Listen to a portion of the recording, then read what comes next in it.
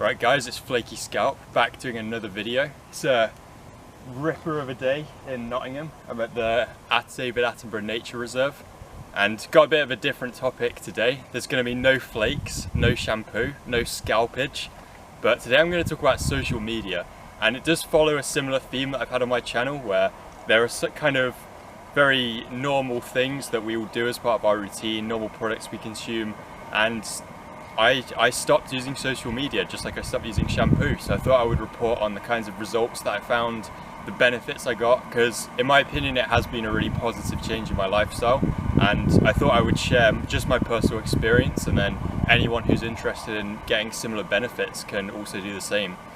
So I deleted social media about 3 months ago. That's Facebook, Twitter, Instagram, all these kinds of normal things. Of course I kept YouTube because I had to keep the flaky scalp going, but yeah, I mean, I'd say the first benefit is just objectively you have more time, because everyone knows who uses social media how much time gets wasted just scrolling, refreshing, checking the new posts, and none of this is stuff that really serves us. It's nothing that benefits your day most of the time. You're not developing any skills. It's essentially just wasted time, and it's not even that enjoyable. But the problem is these apps are so addictive that we just feel the impulse to do it anyway. So stopping social media, I have way more time now. And is that time, extra time, always well spent? Well, it's not, but at least if some of that time that was previously spent on social media is well spent on, you know, actually beneficial activities like reading, doing sport activities, even just seeing friends, talking to friends, literally anything is better than social media. If you imagine there's a hierarchy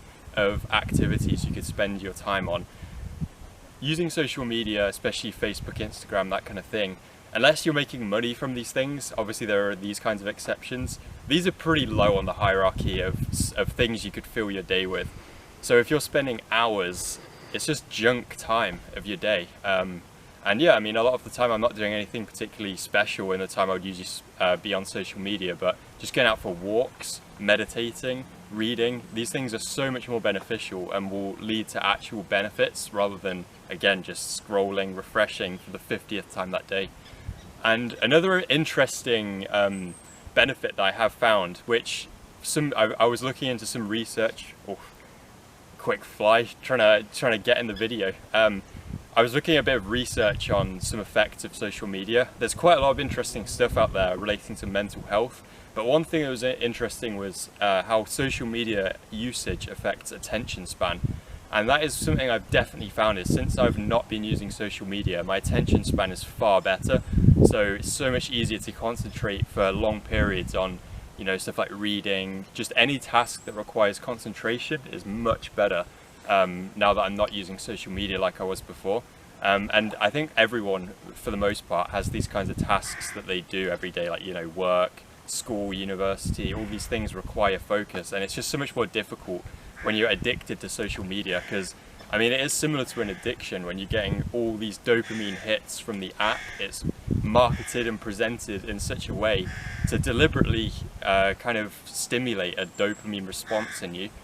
You do start feeling the impulse to go on the app, and that is the thing that I really didn't like. I don't like feeling that impulse to check the app, because it distracts your day. You can't do an activity, you can't go out and, you know, go on a nice walk, enjoy nature, you can't read a book without feeling that impulse to just check Instagram, check Facebook, just to see bullshit on your feed that you really didn't need to see. I mean,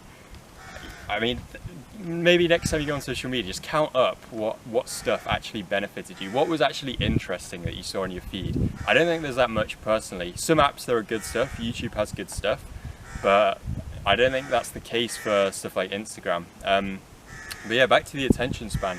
So most people could benefit from having a better attention span, and I definitely, from my experience, found that was the case after quitting social media. And yeah, another similar stuff is there was a lot of research I was seeing that anxiety and depression are often kind of enhanced by social media usage, and, you know, the more social media you consume, the greater chance that you have of having these kinds of issues. So I think that's something to bear in mind. I mean, I'm trying to keep this video from personal experience because, you know, I'm no expert on these kinds of topics. I don't know if it is true that it makes these mental health issues worse, so I just thought it's worth mentioning in case anyone wants to look into it for themselves.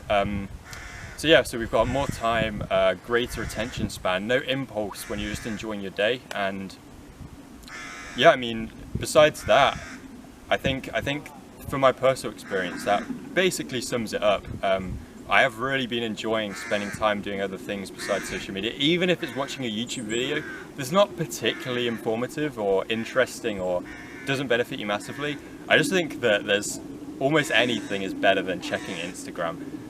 So yeah, something to bear in mind. We'll see how long I go. I don't think I'll ever be re-downloading these apps. Okay, so there were a few more points that I wanted to hit that I didn't quite remember to get to in my first take. So the first thing I'll touch on briefly is sleep.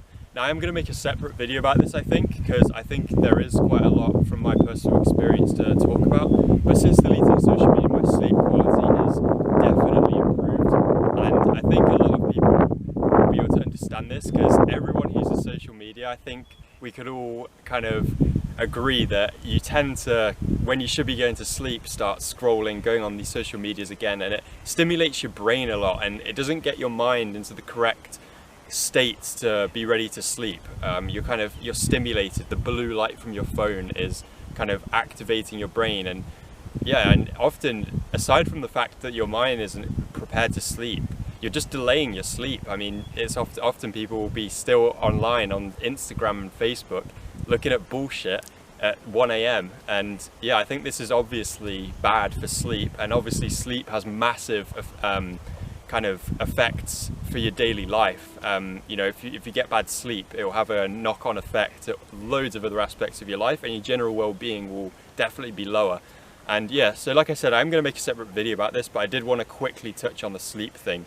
And yeah, one more thing I think is worth mentioning, although I haven't personally found this in my experience, from talking to other people, a lot of people say that social media kind of creates this mindset where they're always feeling the need to compare themselves to other people. And even though I don't feel this myself, I definitely understand it, because on social media, people are sharing snapshots of the perfect aspects of their life, and it's very artificial and it's not real. You know, people are taking pictures of their cars, and it breeds like a consumerist mindset where you feel the need to compete with other people on these kind of material levels. You know, if people are posting pictures of like their body, it's perfect lighting, you know, perfect camera angle, everything's set up artificially, and you know, you compare yourself to it, and I don't think that's a healthy mindset. So I thought that was probably worth mentioning, because maybe some people can relate to that. Personally, me not really, but yeah, I thought it was worth mentioning. But yeah, so I think I've kind of touched on all the points I wanted to now. So I guess quickly to conclude, personally I've benefited a lot from deleting my social media, because my attention span and concentration has improved a lot. My thought process is less cluttered. For example, I can film this video, just kind of bang it out one take, add a couple more in, but you know, I'm thinking clearly, I'm not stumbling my thoughts, it's easy to read. All these things kind of related to focus and attention span, much better for me. Sleep has improved a lot. I think this is kind of obvious that would be benefited. And yeah, of course I have more time as well, and yeah, I guess social media, like I was saying earlier in the video, the hierarchy of ways you could fill your time, social media is pretty much at the bottom, at least Instagram. But I think fundamentally with social media, it comes down to which platforms and which media serves us and improves us and our lives and our well-being, and which really don't. And I guess the point of this video is that for me, and I think for a lot of people, a lot of our social media usage isn't serving us and is just bullshit scrolling, looking at nonsense that doesn't help us in any way. But again, I think there are very positive forms of media out there where you can genuinely learn skills, improve your life. So of course, these kinds of mediums I'm not against, I think are good.